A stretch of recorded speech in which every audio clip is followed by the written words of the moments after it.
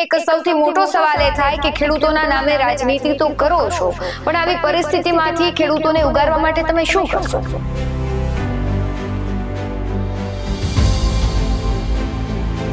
સરકાર ખેડૂતો પ્રત્યે સંવેદનાઓ બતાવે છે, તો બીજી તરફ 60 દિવસથી વરસાદ ગાયબ છે, છતાં સરકાર ચૂપ કેમ છે?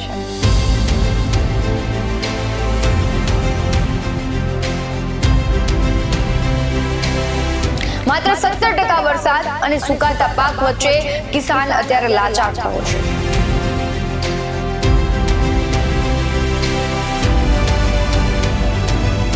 મતની રાજનીતિ કરતા નેતાઓની માનવતા ક્યારે જાગે છે અને ક્યારે ખેડૂતોની વેદના સમજી દુષ્કાળગ્રસ્ત વિસ્તારો જાહેર કરીને સહાય આપે છે?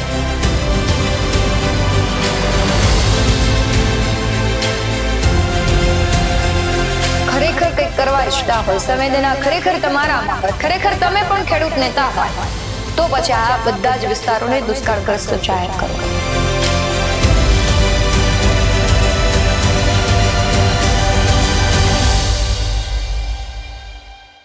સોને કી ચિડિયા તરીકે ઓળખાતા ભારતે આજે વિકાસની હરણફાળ ભરી છે, પણ જે ભારત અંગ્રેજોના વખતમાં હતું એ ભારત આજે પોતાની સમૃદ્ધિ ગુમાવી રહ્યું છે. આ સવાલ એટલા માટે થાય છે કારણ કે મોટા ભાગના લોકો આજે પણ આપણા દેશમાં કૃષિ આધારિત છે, એટલે કે આપણે ઉત્પાદન સારું એવું કરી શકવાની ક્ષમતા ધરાવીએ છીએ. તો પછી આપણા દેશમાં ઉગેલા અન્ન અને ઉગાડનાર અન્નદાતાની પરિસ્થિતિ આવી કેમ?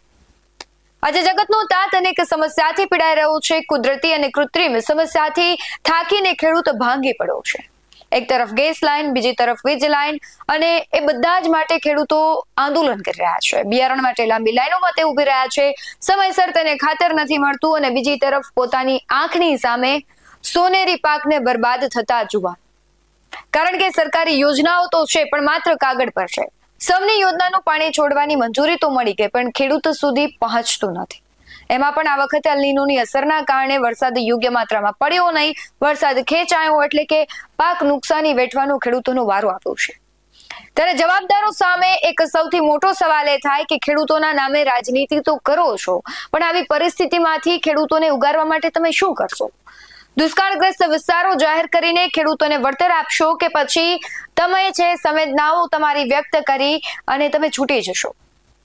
તમે નિયમો બનાવ્યા છે, પરંતુ તમે એ દુષ્કાળગ્રસ્ત કરવાના નિયમો છે તેનું પાલન કેમ નથી કરતા? અને તમે તમારી જાતને જો ખેડૂત નેતા કહેતા હોય તો જેટલા પણ વિસ્તારો છે જ્યાં ઓછા વરસાદ પડ્યા છે એને તાત્કાલિક દુષ્કાળગ્રસ્ત જાહેર કરાવો.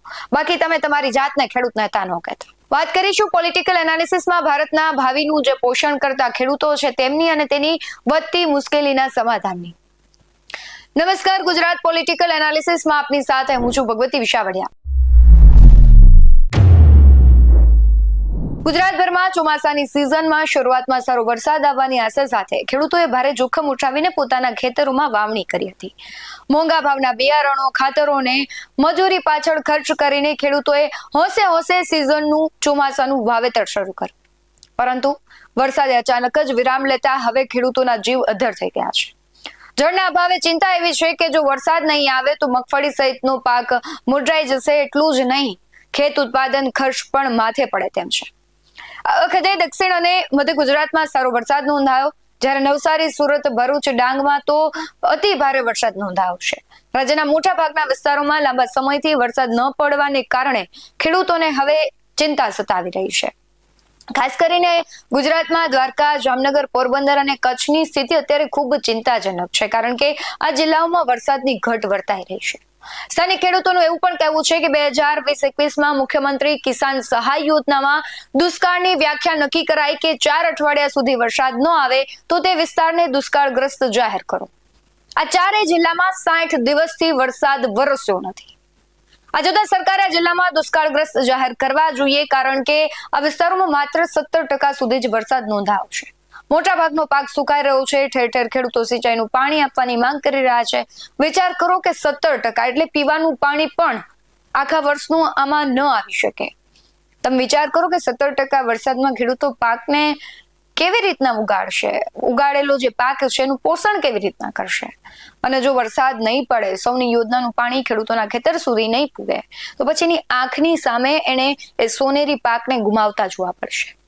એ પીડા કેવી હોય કે ખર્ચો કરીને પાક ઉગાડ્યો હોય અને પોતાની આંખની સામે એ પાકને બળતો જોવાનો.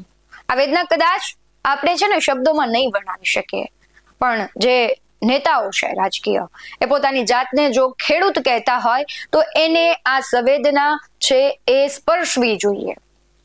કારણ કે જો ખેડૂત છે તો એને એના ખેતરમાં પણ આવી બધી ઘટનાઓ ઘટતી હોય છે. ઓછા વરસાદમાં એનો પાક પણ સુકાતો હોય તો એને તો ખબર હોય ને કે ઓછા વરસાદમાં જે પાક છે એ આપણે પૂરતો પાક ન લઈ શકીએ, આપણે યોજનાઓનું જો પાણી ન પહોંચે તો પાણીની ઘટ ઊભી થાય અને પાક સુકાઈ જાય તો પછી નુકસાન વેઠવાનો વારો આવે.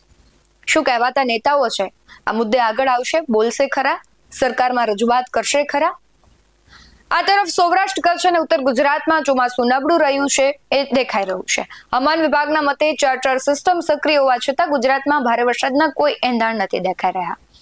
એટલે કે જે સ્થાનિક સ્તરે સિંચાઈના પાણીની પૂરતી વ્યવસ્થા છે એ પણ અત્યારે નથી દેખાઈ રહી, કારણ કે ઘણા બધા ખેડૂતો છે આંદોલન કરી રહ્યા છે, માંગ કરી રહ્યા છે કે અમારા ખેતરોમાં લહેરાતો જે ઊભો પાક છે હવે મુરઝાવા લાગ્યો છે, અમને પાણી આપો. જો તમે અમને પાણી નહીં આપો તો પછી અમારી આંખના પાણી છે દળદળ વહેતા તમારે જોવા પડશે. કદાચ એ અમારા પરિવાર છે એનાથી પણ સહન નહીં થાય ને એવી ઘટનાઓ ભૂતકાળમાં બની જ છે કે ખેડૂતોને મોટું નુકસાન વેઠવાનો વારો આવ્યો હોય અને પછી પરિવારમાંથી એ ખેડૂત અથવા તેમના કોઈ સદસ્યો છે તેમને પોતાનો જીવ ગુમાવ્યો હોય. મેઘરાજા ત્યારે રિસાઈ ગયા છે. એક બાજુ કુદરતી પ્રકોપ છે, બીજી બાજુ માનવ સર્જિત જે અત્યારે મુશ્કેલીનો ખેડૂતો સામનો કરી રહ્યા છે, એટલે કે ખૂબ દયનીય પરિસ્થિતિ અત્યારે સર્જાય છે. ખેડૂતો માટે વરસાદી પાણી હવે મૃગજળ સાબિત થઈ રહ્યું છે. ખેડૂતોની આંખો હવે આકાશ તરફ મંડાયેલી રહે છે કે જ્યારે વરસાદ આવશે ત્યારે અમારો પાક ફરી લહેરાશે, ક્યારે વરસાદ આવશે અને જો નહીં આવે તો પછી અમારી બરબાદી શરૂ થશે. રાજકોટ સહિત દ્વારકા, પોરબંદર, કચ્છ જિલ્લામાં તો મગફળીનો પાક નિષ્ફળ ગયો છે. પરિણામે ખેડૂતો પાસે હવે કોઈ વિકલ્પ રહ્યો નથી. ખેડૂતો પોતાના ખેતરમાં ટ્રેક્ટર ફેરવી રહ્યા છે. ઘણા ખેડૂતોએ તો ખેતરોમાં ભેંસો છૂટી મૂકી દીધી છે જેથી ખેતરોમાં પાકનો સફારો થઈ જાય. એક બાજુ સરકાર ખેડૂતો પ્રત્યે સંવેદનાઓ બતાવે છે તો બીજી તરફ 60 દિવસથી વરસાદ ગાયબ છે છતાં સરકાર ચૂપ કેમ છે? જિલ્લાઓને તાત્કાલિક દુષ્કાળગ્રસ્ત જાહેર કરવાની માંગ ઉઠી રહી છે તો હવે માંગ ક્યારે પૂરી થશે? નિયમ મુજબ 4 અઠવાડિયા વરસાદ ન આવે તો દુષ્કાળ જાહેર કરવાનો જ હોય, પણ 60 દિવસ વીત્યા છતાં કેમ જાહેરાત નથી થતી? માત્ર 17% વરસાદ અને સુકાતા પાક વચ્ચે કિસાન અત્યારે લાચાર થયો છે. જોવાનું એ રહેશે કે મતની રાજનીતિ કરતા નેતાઓની માનવતા ક્યારે જાગે છે અને ક્યારે ખેડૂતોની વેદના સમજી દુષ્કાળગ્રસ્ત વિસ્તારો જાહેર કરીને સહાય આપે છે. દરેક રાજકીય નેતાઓને કહેવું છે કે જો તમે ખેડૂતો માટે ખરેખર કંઈક કરવા ઈચ્છતા હોય, સંવેદના ખરેખર તમારામાં હોય, ખરેખર તમે પણ ખેડૂત નેતા હોય તો પછી આ બધા જ વિસ્તારોને દુષ્કાળગ્રસ્ત જાહેર કરો. અને જો તમારાથી ન થાય તો તમારી જાતને તમારે ખેડૂત નેતા ન કહેવું. મારે જીતુભાઈને ખાસ કહેવું છે, અવારનવાર પોતાના ભાષણમાં તે કહેતા હોય છે કે તે ખેડૂત નેતા છે, કૃષિ મંત્રી પણ છે સાથે, એટલે એમને તો એમની એક જવાબદારી પણ છે. એટલે એ તો સમજી શકે કે ખેડૂતોની અત્યારે પરિસ્થિતિ શું હોઈ શકે. આશા રાખીએ કે જીતુભાઈ સુધી અમારો અવાજ પહોંચે, ખેડૂતોનો અવાજ પહોંચે. અમે તો ખેડૂતોના અવાજને તમારા સુધી પહોંચાડવાનો એક પ્રયત્ન કરી રહ્યા છે, પણ ખરેખર કામ તમારે કરવું છે. ત્યાં સુધી તમને એ ખેડૂતોએ જ પહોંચાડ્યા છે અને જો તમે ખેડૂતનો અવાજ ન બનો, એની સમસ્યાનું સમાધાન ન લાવો તો તમારા પાસે જે કંઈ પણ છે એ બધું શૂન્ય સમાન છે. હાલ પોલિટિકલ એનાલિસિસમાં બસ આટલું જ. આવા જ વધુ અહેવાલો સાથે ફરી મળતા રહીશું. તમે અમારી યુટ્યુબ ચેનલને સબસ્ક્રાઇબ કરવાનું, અમને ફેસબુક અને ઇન્સ્ટાગ્રામ પર ફોલો કરવાનું ભૂલશો નહીં. બાકી અપડેટ્સ મેળવવા માટે જોતા રહો BS9 ન્યૂઝ. નમસ્કાર.